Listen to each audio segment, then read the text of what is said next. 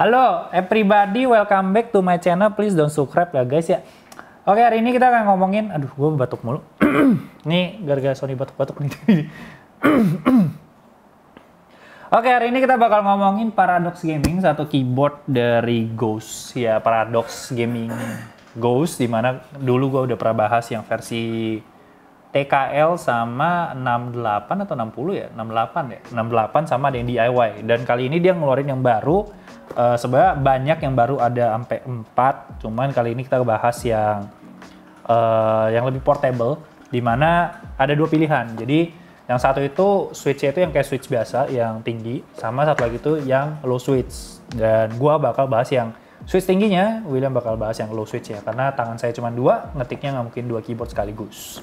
Boxnya itu kurang lebih sama, jadi gue juga sendiri bingung nggak bisa bedain. Harus lihat dari stiker dan produk code-nya. Tapi kalau dari packagingnya sendiri itu, bentar gue cek dulu. Gue aja langsung ambil keyboard ya, gue nggak ngecek packagingnya. Manual book, kertas bakso, terus ada satu ini isinya keycap puller, kabel, sama keycap, kayaknya ada keycap deh. Oh enggak, dikasih extra switch tuh 2 biji. Udah, itu doang isinya. Lumayan. Jikalau switch kalian rusak, itu bisa diganti. Nah, karena kita akan bahas yang hitam, ini adalah sebenarnya namanya apa sih? Paradox Ghost ZX68. Tolong sekalian dicari harganya. Oke, ini keyboardnya. Jadi emang dia itu langsung datang dengan cover. Di sini covernya itu bisa digunakan sebagai stand juga untuk taruh handphone kalian, dan bahkan kalau dilihat dari manual booknya sendiri itu bisa dipakai buat laptop juga. Ya, standnya bisa dipakai buat laptop, dan ini keyboard di atas laptop kalian. Bisa buat tablet, bisa buat smartphone dan segala macamnya. Di sini pertama adalah di sini ada bagian bawah yang gue nggak tahu tadinya buat apaan. Gue kira cuma buat nahan biar nggak ada masalah di switchnya. Ternyata ini tuh bisa dipakai buat riser. Jadi waktu gue pakai kan gue kira ini keyboard pendek amat, nggak ada riser ya. Ternyata itu harus dipakai sama cover ya. Cuman emang kalau dari bagian bawahnya itu jadi agak panjang bagian pelipatnya, di mana di sini ada tulisan Paradox Gaming juga. Oke, keyboard ini juga udah hot swap, jadi kalau mau ganti switch itu udah gampang banget. Gue dapet yang versi C, Ocean and Sea. Jadi emang secara tema itu ada ikan paus yang harusnya sering kalian lihat kalau kalian suka surfing di Alibaba, di mana emang ini salah satu keycaps yang cukup common di sana. Terus di sini ada sedikit logo cherry, yang gue ngerti kenapa dia taruh cherry. Terus bagian escape-nya juga kepotong begini. Cuman kalau kita ngomongin dari colorway-nya, gue cukup suka. Terus kalau keyboardnya sendiri, bawahnya itu plastik, sampingnya itu aluminium karena ini full wireless. Harusnya kabelnya buat ngecas doang. Dia Bluetooth, nggak ada 2.4, tapi gue rasa bisa colok sih. Itu nggak ada masalah grounding sama sekali secara lama gue pakai.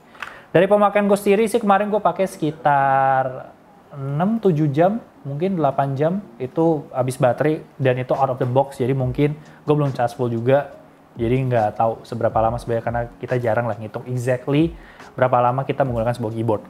Dari tombol function sendiri cukup lengkap, ada lampu, ini gue nyalain aja, kenapa nggak gue nyalain dari tadi ya. Nah ini kalau dinyalain, bisa lihat keyboardnya, tombol functionnya itu ada untuk brightness, multi window, mikrofon, screenshot, media button. Dan tentu aja karena ini 68 dan compact, semuanya dimasuk-masukin kayak buat ke versi Windows, versi Mac, Bluetooth 123. Dan sebenarnya kekurangan yang gue rasain dari sini adalah karena gue adalah pengguna yang cukup sering menggunakan Windows button, dan masalah memori gue tahu Windows button di antara FN dan Windows ini. Jadi gue lebih sering mencet FN dibandingkan mencet Windows. Jadi ketika gue mau Windows Tab atau mungkin Windows R buat comment something, itu gue nggak bisa dapat. Alt-nya juga kegeser sedikit, jadi agak kebalik akhirnya.